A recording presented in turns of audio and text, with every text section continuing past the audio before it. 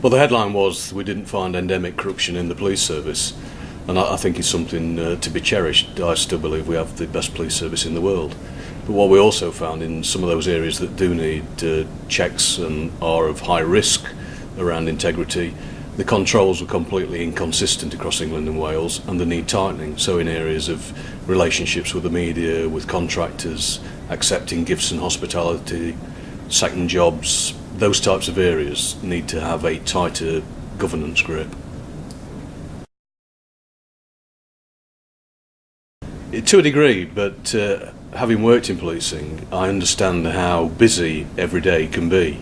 And were these issues the top of anyone's agenda if I go back a year, 18 months or even 6 months prior to us doing this piece of work? Then no. So I could understand entirely whilst these things weren't the top of people's agendas because they were doing other things. What I will say is this should now be a wake-up call for the service to put some simple mechanisms in place to say, have we got a handle on what is acceptable, what isn't acceptable, and do our staff understand what they can and cannot do?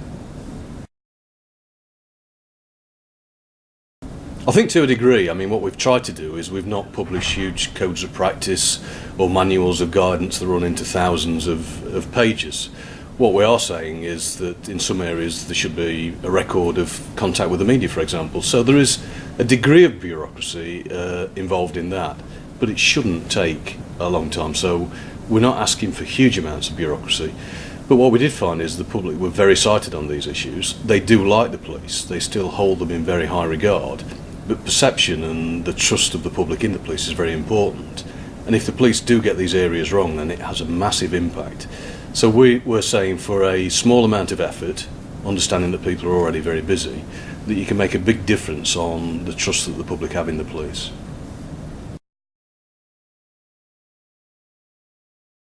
Well, some of the good news in the report, and for me it was balanced, with a headline that we didn't find endemic corruption, that in all forces we carried out interviews, focus groups with officers and staff, and their moral compass, if you like, on what was acceptable and not acceptable was extremely strong.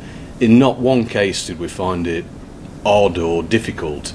They were very clear on what they thought was acceptable and what isn't, and showed, for me, a good degree of common sense, as did some of the leaders of the service.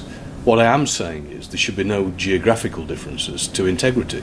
So it should be the same in the south of England as it is in the north of England as to what you can do and what you can't do. What gifts can I accept, what can't I accept? What second jobs or business interests can I have and can't I have? Those things should be very clear, not only for the staff but for the public. But I was impressed by the approach of staff across England and Wales. Well, what we found was there was, in some places, it was this is a London-based problem or it's about the Metropolitan Police Service. And what was missed was some of the social networking implications.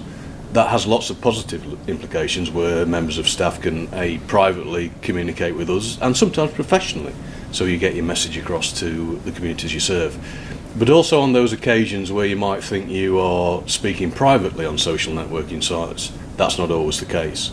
And in our survey work we found a number of cases that were completely inappropriate for police officers and police staff to be engaging in those types of things. So that ranged from, what were misconduct type issues to people legitimately giving a view on whether it was Twitter or Facebook or others. Again, we're saying there should be clear policies and procedures so staff understand, certainly in their public lives, what they're going to expose on the networks. Yeah, I mean, the report gives a clear steer on, there are 6 recommendations in the report about tightening up some of these control mechanisms, about being clear what the thresholds are to operate into national standards, a little bit around how you train, particularly the leaders of the service.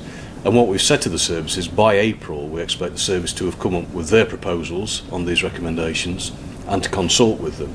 And we will be re-inspecting these areas before October of next year. So when Police and Crime Commissioners come to office on the 22nd of November next year, they'll have a very new report, if you like, on what the latest position is in these very risky areas. Well, what I would expect to find is a reinforcement of the main thrust of this, that the police in England and Wales are not endemically corrupt, and I think that is something that should be celebrated by all of us, and I know a lot of the public share that view.